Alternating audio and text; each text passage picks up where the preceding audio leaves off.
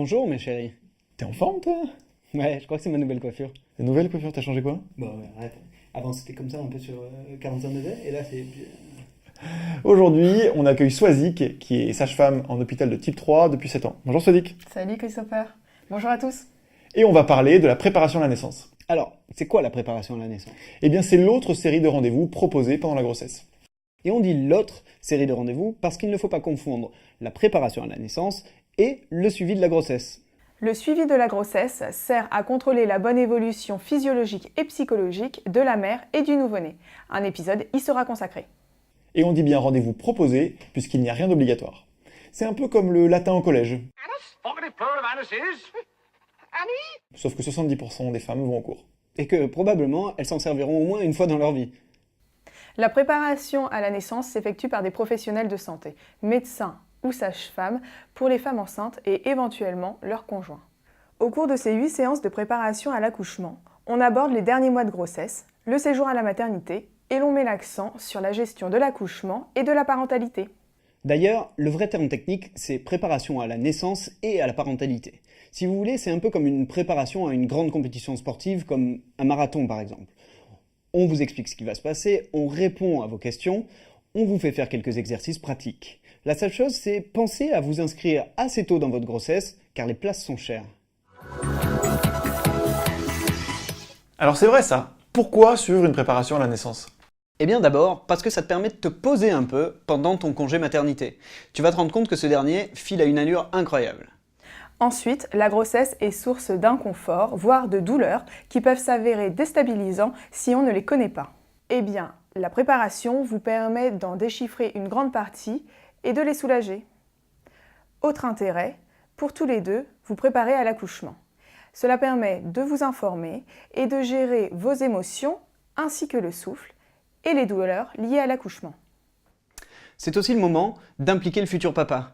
D'ailleurs, vous commencez même à parler ensemble en tant que futurs parents, y compris à communiquer ensemble avec le futur bébé. C'est une espèce de processus psychologique, sans doute inconscient, qui vous aide à devenir des parents. Concrètement, tu vas mettre ton petit corps à contribution en adoptant tout un tas de mouvements, de positions. On va te montrer des massages. Tu vas apprendre à bien respirer, à pousser, à te détendre pour être dans les bonnes dispositions le jour J. Est-ce vraiment utile? Eh bien, honnêtement, est-ce que tu arrives à imaginer une sage-femme qui le jour J t'explique qu'il valait mieux faire du macramé qu'une préparation à la naissance? Non? Eh bien moi non plus. Plus tu es préparé et informé, plus tu as de chances que ton accouchement se déroule de manière sereine. Deuxième question bête, quel est l'intérêt en cas de césarienne? Eh bien non, Christopher. Ta question, elle n'est pas si bête que ça. D'abord, il n'y a pas de questions bêtes. Si vous avez des questions, posez-les. En cas de césarienne, la préparation vous permet de mieux appréhender la fin de la grossesse, de moins stresser sur votre accouchement et de dédramatiser la césarienne en tant que telle.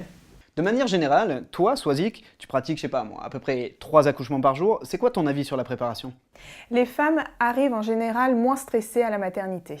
Elles ont appris à connaître les symptômes nécessitant une consultation aux urgences. Elles savent qu'un accouchement se déroule en plusieurs phases. Une phase de pré-travail à domicile, puis une phase de travail et l'accouchement en tant que tel à la maternité.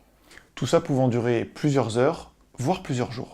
Elles sont aussi plus actrices de leur accouchement car elles connaissent les petits trucs pour se soulager lorsqu'elles sont chez elles. Elles ont aussi plus de notions sur l'après et notamment sur l'allaitement. Il y a plein de mauvaises raisons pour ne pas suivre de préparation à la naissance. Petit florilège. Avec la vie que je mène, j'aurai jamais le temps. Oh non, le nul celui-là. Accoucher, c'est naturel. Les femmes le font depuis des millénaires. Je devrais m'en sortir quand même. Pas totalement faux. En effet, tu devrais être en mesure de donner la vie, mais va faire un marathon sans préparation. Il existe plein de super livres et des sites très bien faits, comme le vôtre d'ailleurs. Et vous êtes tous deux particulièrement charmants. Très bon point, Janine. En effet, tu vas apprendre plein de choses formidablement intéressantes en nous écoutant, mais si tu ne fais que ça, l'interactivité et l'écoute individuelle seront assez limitées, tu en conviendras. Je demanderai à ma mère et à mes copines qui ont accouché. Ça devrait suffire. Fausse bonne idée. Je te laisse appeler ta mère à 5 h du matin pour lui décrire la couleur de tes petites pertes. Have fun. De toute façon, ça me coûte déjà assez cher d'avoir un enfant. Primo, avoir un enfant, ça n'a pas de prix. Et secondo, la sécurité sociale rembourse intégralement 8 séances de préparation à la naissance effectuées par un médecin ou une sage-femme. Merci la Sécu. La préparation classique, dispensée en maternité ou chez une sage-femme. C'est une approche traditionnelle et assez complète. L'aptonomie, une méthode qui vise à apprendre à communiquer avec son bébé avant la naissance. La préparation aquatique, plus axée bien-être, objectif se relaxer, flotter et faire un peu d'exercice. Le yoga, pour se décontracter et traiter les douleurs de la grossesse. La sophrologie, là encore, un objectif bien-être, mais aussi un travail de visualisation du jour J. La méthode Bonaparte, conçue pour gérer la douleur et limiter les recours médicaux. Le chant prénatal, assez intuitif, le chant au service du bébé puis de l'accouchement. Divertissant, mais pas que. Alors, on t'a convaincu? Maintenant, comment choisir la préparation qui te convient? Tour d'horizon des critères les plus importants.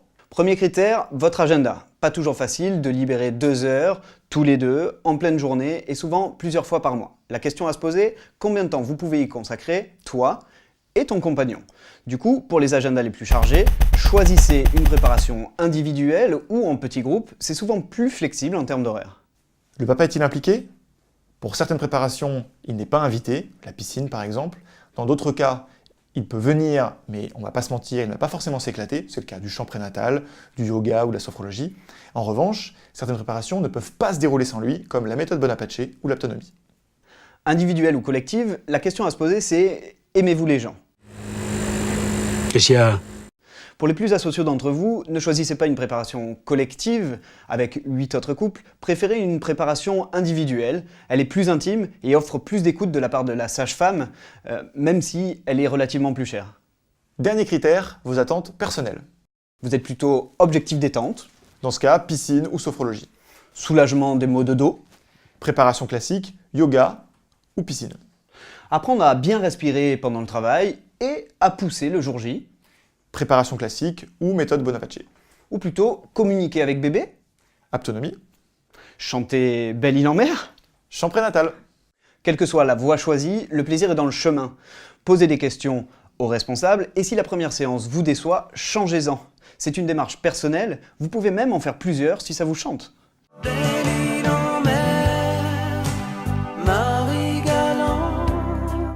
Tada! Plein d'activités fun en perspective pendant la grossesse. Comme quoi, il n'y a vraiment pas de quoi se plaindre. Prenez soin de vous, n'essayez pas d'être parfaite, faites juste de votre mieux. On vous embrasse et on vous kiffe.